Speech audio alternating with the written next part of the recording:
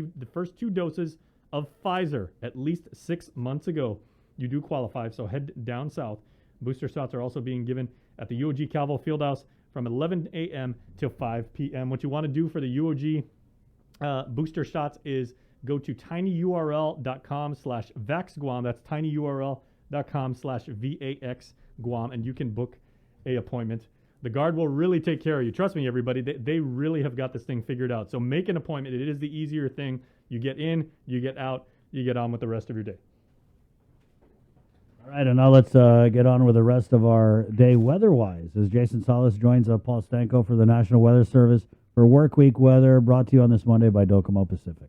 Yeah, Hafaday, thanks so much. And Hafaday, Paul, good to see you guys over there at the NWS working hard as normal. Paul, the weather was kind of, I guess, alpha and omega this past weekend and everything like that. You know, really, really rainy in the morning and everything, so it kind of ruined my plans to mow the lawn. And then in the afternoon, perfect weather to go outside and exercise.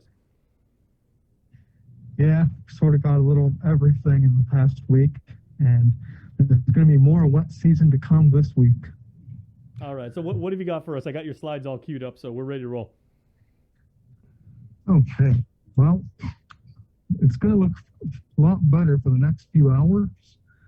Then we're going to have a repeat of the island convection of yesterday, we're believing. So lots of sunlight coming down right now, and it's looking right for it.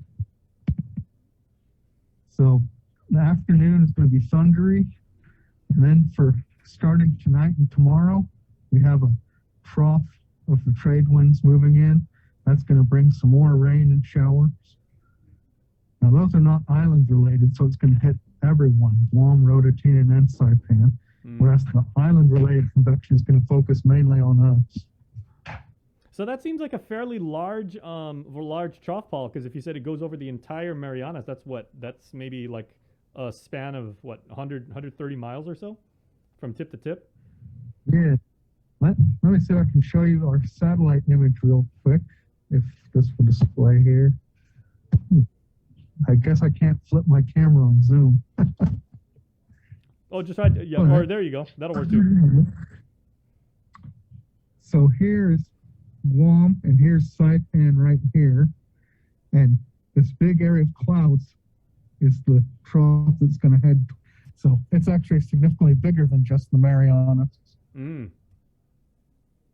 So in terms of intensity, when you say, like there's expected rainstorms and maybe some thunder if it gets to that point and everything like that, how much rain are we looking at? Is it going to be like one of those big sun showers that just hits us for like 10 minutes and then everything goes back to, hot and humid? Or are we looking at, like the entire afternoon should be rainy? Well, the island convection is in a few little areas.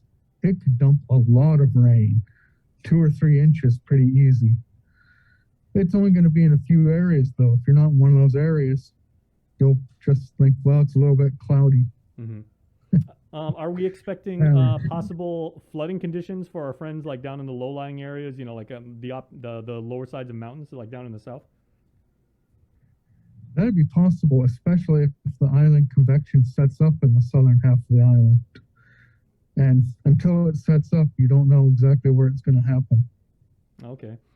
Looking at the seas and surf, I know Landon every once in a while says, there may be rip currents when these troughs tend to, pass by our part of the world and everything like that. How relatively calm or, increasingly dangerous are you expecting the seas to be?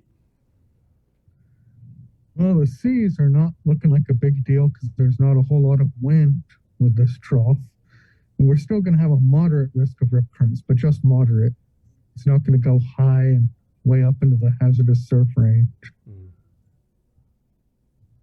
All right. And then through the rest of the week, I'm looking at your slides right now, kind of expected to be somewhat of a rainy week, heading all the way until the end of the work week. Is that right?